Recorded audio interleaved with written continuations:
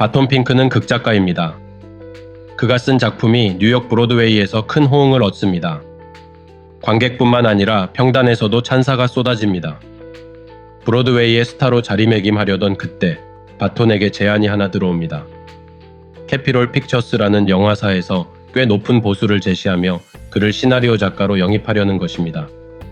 하지만 예술적 성취를 눈앞에 두고 있는 시점인 바톤은 망설입니다. 그는 보통 사람에 관한 보통 사람을 위한 작품을 남기는 것이 진정한 예술적 성취이자 자신의 사명이라고 생각하고 있습니다. 바톤의 에이전시는 보통 사람 이야기는 나중에라도 얼마든지 쓸 수 있으니 잠깐 할리우드에 가서 돈을 벌어오는 게 어떻겠냐며 끈질기게 설득합니다. 바톤은 결국 설득에 넘어갑니다. 얼마 뒤 그는 영화사에서 제공한 호텔에 체크인을 합니다. 방에 들어섭니다. 아늑해 보이지만 어딘지 우울한 분위기가 감도는 좁은 싱글룸입니다. 일단 타자기를 세팅해 놓은 그는 벽에 걸린 그림에 시선을 빼앗깁니다. 그림 속 여성은 모든 예술이 추구하는 아름다움 그 자체입니다. 한밤중 바톤은 모기 때문에 잠을 설칩니다. 다음 날 그는 캐피롤 픽처스의 사장 잭을 만납니다. 잭은 저돌적이며 거침없이 말을 내뱉습니다. 잭의 몰아붙이는 화법에 바톤은 주눅이 듭니다. 잭은 바톤을 레슬링 영화에 투입할 예정이라고 말합니다. 바톤은 레슬링에 대해 전혀 아는 바가 없지만 바톤의 의견 따위에는 귀를 기울일 생각조차 안 합니다. 하지만 그러면서도 잭은 바톤 핑크의 느낌이 담겨있는 작품을 원한다고 말합니다. 여기에서의 바톤 핑크 느낌이란 시적인 고상함을 의미합니다. B급 영화나 제작하는 이류 영화사라는 이미지에서 탈피하고 싶은 잭은 바톤에게 거는 기대가 큽니다. 그는 이번 주 안에 뭔가를 써서 보여달라고 말한 뒤 미팅을 끝냅니다. 뉴욕 브로드웨이 연극판에서 인정받으며 예술가적 자존심을 드높이고 있던 바톤은 할리우드 영화사 사장의 포스에 완전히 압도되어 버립니다. 바톤은 본격적으로 작업을 시작합니다. 그러나 글이 잘 써지지 않습니다. 옆방에서 들리는 소음이 그의 신경을 거슬리게 합니다. 그는 프론트에 전화해서 옆방을 조용히 시켜달라고 컴플레인을 겁니다. 옆방 남자가 찾아옵니다. 심기가 매우 불편해 보입니다. 그러다가 갑자기 태도를 바꾸고는 자신을 찰리라고 소개합니다. 찰리는 술이나 함께 하자며 바톤의 방 안으로 들어섭니다. 그의 넉살을 가장한 무례함에 바톤은 당황하지만 어쩔 도리 없이 잠깐 어울려 주기로 마음을 먹습니다. 찰리는 보험 판매원입니다. 바톤이 현재 영화 시나리오 작업을 하고 있다고 말하자 찰리는 매우 흥미로워합니다. 바톤은 자신이 극작가로서 뉴욕에서 제법 인정을 받고 있었다고 은근히 자랑을 합니다. 주로 쓰는 주제가 뭔지 찰리가 묻습니다. 바톤은 좋은 질문이라고 말한 뒤 물 만난 물고기처럼 예의 그 예술관을 늘어놓기 시작합니다. 당신같이 평범한 노동자, 보통 사람에 관한 이야기를 쓴다고 그는 말합니다. 찰리가 당신에게 들려줄 이야기들이 몇 개 있다고 하지만 바톤은 귀담아 듣지 않고 자신의 예술 이론만 짓거립니다. 바톤이 말하는 보통 사람이란 결국 그의 예술적 엘리트 의식을 뽐내기 위한 수단에 불과하다는 것이 드러납니다. 하지만 그 사실을 정작 본인은 깨닫지 못하고 있다는 게 비극의 시작입니다. 찰리는 당신에게 들려줄 이야기들이 몇 개 있다고 말한 뒤 방을 떠납니다. 다음 날 바톤은 캐피롤 픽처스에 소속된 프로듀서를 만납니다. 이 프로듀서의 이름은 가이슬러입니다. 레스토랑에서 함께 식사를 하며 바톤이 시나리오를 쓰는데 어려움을 겪고 있다고 고민을 토로하자 가이슬러는 다른 작가의 도움을 받으라고 충고합니다. 레스토랑의 화장실에서 바톤은 우연히 한 남자와 인사를 나눕니다. 그런데 그 남성은 메이휴라는 이름의 작가였고 메이휴는 바톤이 가장 존경하는 소설가입니다. 이 기회를 놓칠 수 없었던 바톤은 메이휴에게 자신의 시나리오 작업과 관련해 조언을 구하고 싶다고 말합니다. 메이휴는 자신의 숙소 주소를 알려주고는 한번 들르라고 합니다. 바톤은 메이휴의 숙소를 찾습니다. 노크를 하자 메이휴의 개인 비서인 오드리가 문을 엽니다. 심각한 알코올 중독자인 메이휴는 인사불성이 된 채 방 안에서 고래고래 소리를 지르고 있습니다. 오드리는 이처럼 메이휴가 글이 안 써질 때에는 술을 마신다며 약속은 다음으로 미뤄야겠다고 말합니다. 어떤 이유에서인지 바톤은 오드리와 단 둘이 만나고 싶다는 뜻을 밝힙니다. 오드리는 자신이 메이유와 연인 사이임을 알리며 가볍게 거절합니다. 바톤은 다시 타자기 앞에 앉습니다. 여전히 영감은 떠오르지 않습니다. 그때 옆방에 찰리가 찾아옵니다. 이따금 귀에서 고름이 나오는 증상이 있는 찰리는 귀를 솜으로 틀어막고 있습니다. 두 사람은 서로의 신변에 관해 대화를 나눕니다. 알고 보니 두 사람 다 외로움을 느끼고 있었습니다. 찰리는 캔자스에서 일하던 시절에 자신을 찍은 사진을 건네줍니다. 그러면서 자신의 보험 판매 경험을 말해주려는데 바톤이 "난 당신이 부러워요" 라는 말과 함께 그의 말을 끊습니다. 정해진 절차대로 하면 되는 틀에 박힌 일인 보험 판매가 부럽다는 것입니다. 반면 자신이 하는 글쓰기 작업은 내면을 깊게 파고들어가 뭔가 소중하고 정직한 것을 건져 올려야 하는 일이기 때문에 힘들다고 말합니다. 이 정신적 고통을 대부분의 사람은 알지 못한다고 덧붙입니다. 통증과 함께 찰리의 귀에서 고름이 나옵니다. 바톤이 레슬링 영화 시나리오를 쓰고 있다고 하자 찰리는 자신이 고등학교 때 레슬링을 했다며 레슬링의 기본에 대해 알려주겠다고 나섭니다. 시범을 보이면서 찰리는 바톤을 깔아뭉갭니다. 그러고 나서 필요한 게 있으면 언제든지 부르라고 말한 뒤 방을 나섭니다. 바톤은 메이휴와 만남을 갖습니다. 글을 쓸 때 평화롭지 않냐고 메이휴가 묻습니다. 바톤은 자기의 글은 내면의 고통에서 나온다고 대답합니다. 타인의 고통을 덜어주기 위해 무언가를 해야 한다는 깨달음에서 오는 고통이라는 것입니다. 메이휴는 자신에게 글쓰기는 즐거움이며 도피의 수단이라고 말합니다. 그러면서 또 술을 마십니다. 주정을 부리기 시작합니다. 오드리에게 손찌검도 합니다. 바톤은 오드리를 위로해줍니다. 바톤은 모기 소리에 잠에서 깨어납니다. 다시 타자기 앞에 앉습니다. 글에는 전혀 진전이 없습니다. 찰리가 뒤바뀐 구두를 되돌리기 위해 찾아옵니다. 두 사람은 함께 술을 마시며 각자의 고충을 털어놓습니다. 서로 격려도 해줍니다.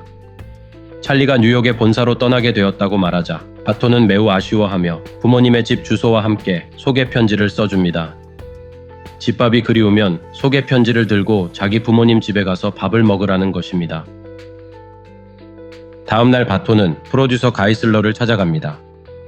바톤이 아직 시나리오 작업을 시작도 못했다고 솔직하게 털어놓자 가이슬러는 흔해 빠진 B급 스토리 하나 만드는 게 뭐가 어렵냐고 어처구니 없다는 듯이 화를 냅니다.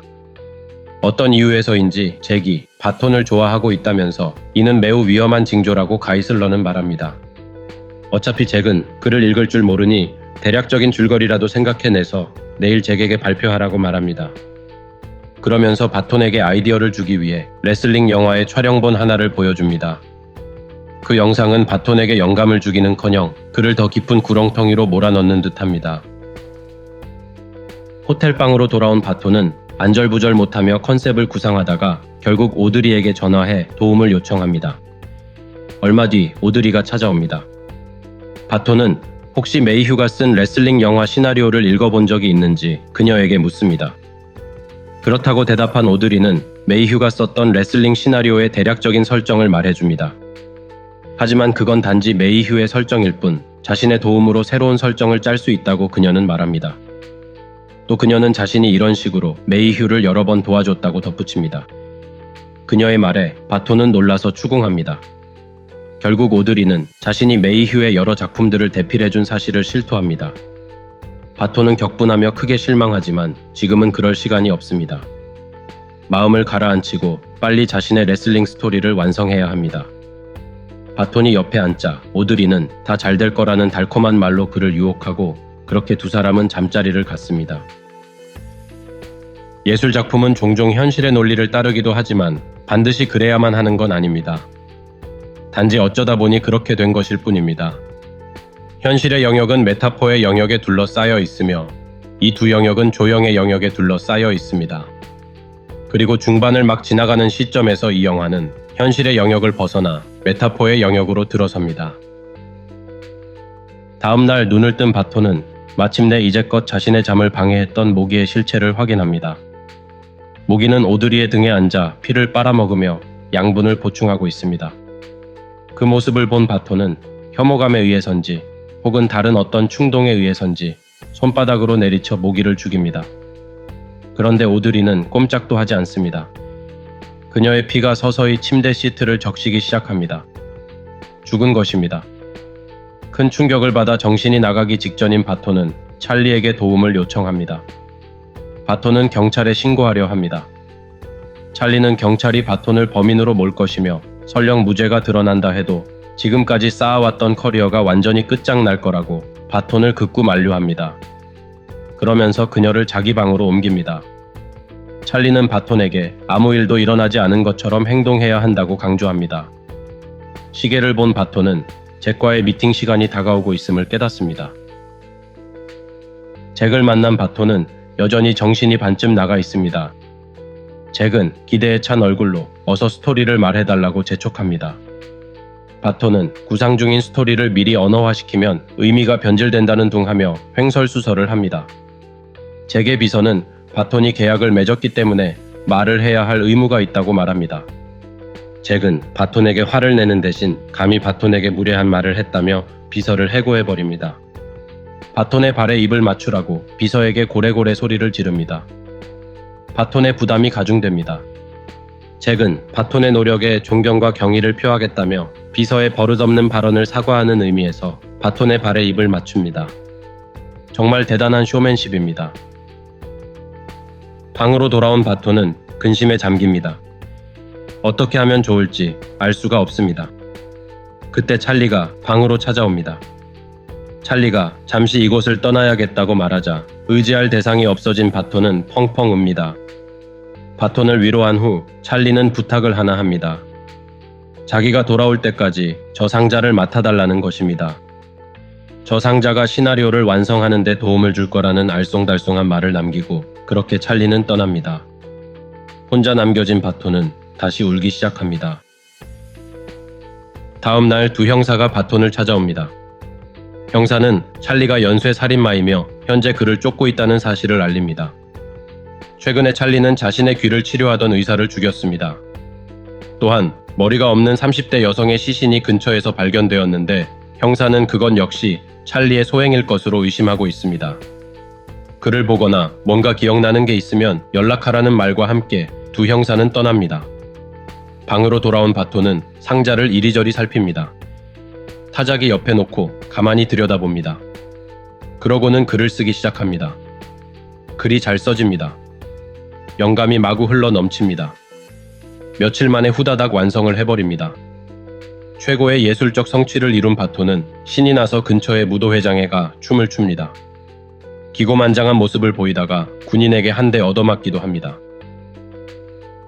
다시 방으로 돌아왔는데 형사가 와 있습니다. 바톤이 쓴 시나리오를 읽은 형사는 글이 형편없다는 식으로 비꼽니다. 그러면서 메이휴가 머리가 잘린 채 발견되었다는 기사가 실린 신문을 던집니다. 메이휴와 오드리가 죽은 상황에서 바톤이 범인으로 몰립니다. 그때 엘리베이터에 벨소리가 들리고 형사들은 바톤을 침대 난간에 결박한 뒤 복도로 나옵니다. 불길이 번지며 찰리가 모습을 드러냅니다. 그는 샷건으로 두 형사를 죽입니다. 불이 호텔을 태워 없애기 시작합니다. 찰리가 방에 들어와 이야기를 시작합니다. 그는 자신의 말에 귀를 기울이지 않았던 바톤에게 원망하며 화를 냅니다. 보통 사람이 겪는 실제 고통에 대해 아무것도 모르면서 그리고 이 호텔에 잠시 머물다 가는 존재인 주제에 진짜 보통 사람이 옆방에서 조금 시끄럽게 군다고 컴플레인을 걸던 바톤의 위선에 분노합니다. 바톤이 자신의 잘못을 뉘우치고 사과하자 찰리는 괜찮다고 대답합니다. 그러고는 침대 난간을 구부려 수갑에 매여 있던 바톤을 구해냅니다. 당신이 필요로 할 때면 언제든 옆방에 있겠다고 그는 말합니다. 그런 다음 자신이 맡겼던 그 상자는 실은 자기 것이 아니었다는 말을 남기고 방을 떠납니다. 자기 방으로 들어간 찰리는 그렇게 호텔과 운명을 같이 합니다. 바톤도 상자와 시나리오 원고를 챙긴 뒤 호텔을 떠납니다. 다음 날 바톤은 잭을 만납니다. 자신의 작품에 대한 평을 듣기 위해서입니다. 잭은 이런 작품은 통하지 않는다고 딱 잘라 말합니다. 이것은 레슬링 영화이며 관객들은 주인공이 악당과 레슬링을 하는 걸 보기 위해 극장을 찾지 주인공이 자신의 영혼과 분투하는 걸 보기 위해 극장을 찾는 건 아니라고 그는 말합니다. 요컨대 액션 하나 없이 심오한 척, 잘난 척만 하는 영화를 누가 보겠냐는 것입니다. 레슬링이 펼쳐지는 링 위에서도 얼마든지 심오한 드라마는 펼쳐질 수 있으며 바로 이것이 잭이 바톤에게 요구했던 부분입니다. 하지만 잭은 바톤을 해고하는 대신 바톤을 해고하라고 충고한 프로듀서 가이슬러를 해고했습니다.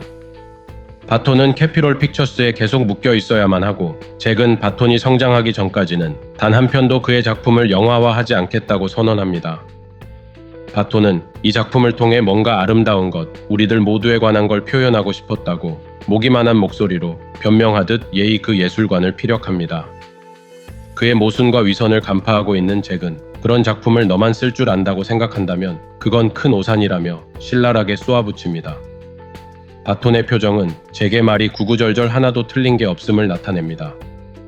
어쩌면 잭이야말로 바톤의 진정한 스승이 되기에 가장 적합한 인물인지도 모르겠습니다. 잭은 바톤에게 썩 꺼지라고 말합니다. 영화 후반부의 메타포를 해석하면 다음과 같습니다. 일단 이 영화를 성장 영화라는 관점에서 보겠습니다. 그리고 예술성과 대중성을 동시에 획득하는 것이 작가 성장의 최종 단계라고 전제를 하겠습니다. 언급했듯이 바톤은 대중성을 표방하면서도 자신이 예술적 엘리트 의식에 사로잡혀 있다는 것을 인식하지 못하는 모순에 빠져 있습니다. 이러한 상황에서 영화는 바톤의 대중성 뮤즈를 찰리로, 예술성 뮤즈를 모기로 나타냅니다.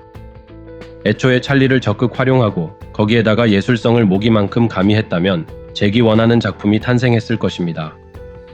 해답이 바로 옆방에서 대기하고 있음에도 모기 같은 영감을 쫓다가 망한 케이스입니다. 방향을 완전히 잘못 잡은 바톤은 메이유의 예술성 뮤즈인 오드리를 탐하기까지 합니다.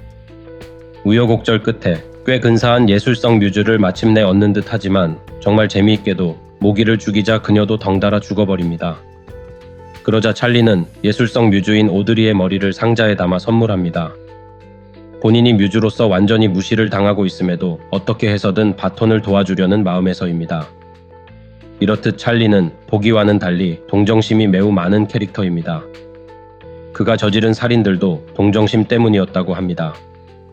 예술의 상극을 의미하는 나치 같은 두 형사들을 처리한 사람도 찰리이고 호텔이 불에 타고 있을 때 바톤이 호텔에서 벗어날 수 있도록 도와준 사람도 다름 아닌 찰리입니다. 이와 같은 찰리의 헌신적인 면모가 저한테는 가장 큰 반전으로 느껴졌습니다. 길을 잃은 바톤은 정처 없이 해변을 거닙니다. 그의 손에는 여전히 상자가 들려 있습니다. 맞은편에서 아름다움이 걸어옵니다. 바톤은 자리에 앉아 감탄의 눈빛으로 그 아름다움을 바라봅니다. 가까이 다가온 그녀가 상자 안에 뭐가 들어있는지 묻습니다. 바톤은 모르겠다고 대답합니다. 당신의 상자 아니냐고 그녀가 다시 묻습니다. 그는 이번에도 겸손하게 모르겠다고 대답합니다. 그럼에도 상자를 끝내 버리지 않는 바톤의 태도는 그가 언젠가는 작가로서 최종 목표 지점에 도달할 가능성이 다분함을 암시합니다.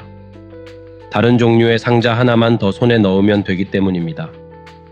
여하튼 그렇게 바톤은 물끄러미 아름다움을 바라보며 잠깐의 휴식 시간을 갖습니다. 적어도 고통스러워 보이지는 않습니다.